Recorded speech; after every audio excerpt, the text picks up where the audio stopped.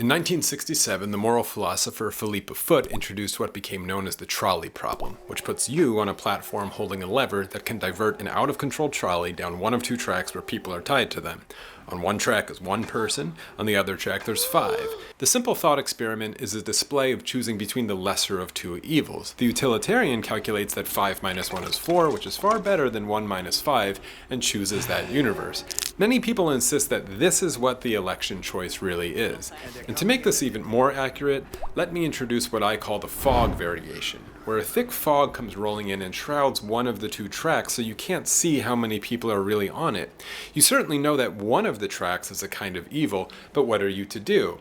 Now, people who claim they can see through the fog are yelling at you about how many people are shrouded back there. Some yell there are 100, some yell there are none, some yell there's only one, but it's your daughter. And this is really the more accurate picture of an election year. And let me leave that fog there because there's something missing about trolley problems. No one ever really asks who built these damn tracks in the first place and how we got here. And another thing, they're also too zoomed in. This track extends back this direction, and there was another lever and a split that I remember being at 4 years ago, and another 8, and another 12, and so on. And at each point, I was told this was an emergency. No time to debate or consider serious issues or ask who built this diabolical train set. I just have to pull the lever, do the math, and figure out the lesser of two evils. And we'll never know the tracks that were not taken, of course. They're shrouded in fog forever. I mean, there sure are a lot of dead bodies crushed on the tracks, but who knows, behind that fog, the other direction, it could have been even worse. And listen, I'm not naive, I'm not overly idealistic. I do live in the real world, and I do understand the analogy of the trolley problems and utilitarian ethics. And I'm 42 years old, so my first ever vote was in the year 2000. And of course, I was told that it was the most important and existential vote in a lifetime. And let's zoom into that one, because there were a bunch of people on that trolley that really did seem rather troubling. And there I was on the track with my hand on the lever.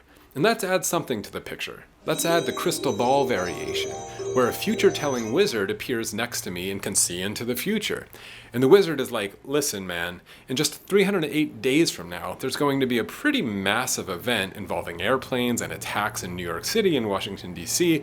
that's going to produce one of the most consequential inflection points in modern history, involving oil dynamics, religiously framed anti-imperial violence, Cold War abandonment retaliation, Israel-Palestine tensions, Iranian-Saudi Arabian rivalries, and a chance to reassess the neoliberal and neoconservative directions of the post-World War II global order.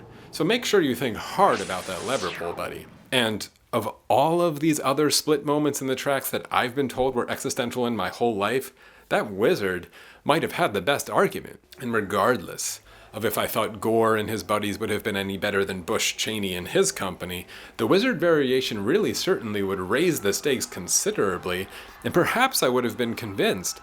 That probably was as close to an existential vote, it turns out, that I've ever participated in.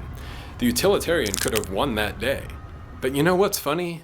Now here I am in the year 2024, and one track is really foggy, and I'm certain both tracks are stacked with a pretty grotesque number of people, and there's a whole lot of people claiming to be wizards yelling at me.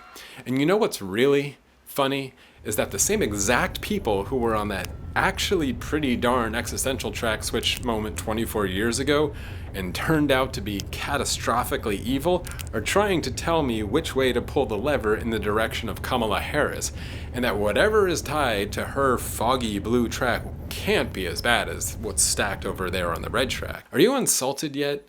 Are you smiling about this? And just one more thing to remember about trolley problems, because once you make a choice in a trolley problem, and even if the fog clears and it turns out you predicted the math correctly, and let's say only one person was crushed, you don't end trolley problems with confetti and a party. Trolley problems end with a goddamn funeral. Don't you see that? So remember that when the balloons drop and someone is dancing on a stage to a bad rock and roll song, even if you think this time really is existential and this is a genuine lesser of two evils moment akin to something like 2000, just remember that the same exact villains of that trolley track massacre are giving you advice, and that trolley problems are nothing ever to cheer about. And to see who has my vote in this upcoming election and to see my recent essays, click here and enjoy my collection of interviews and essays on this subject and many others. Thank you.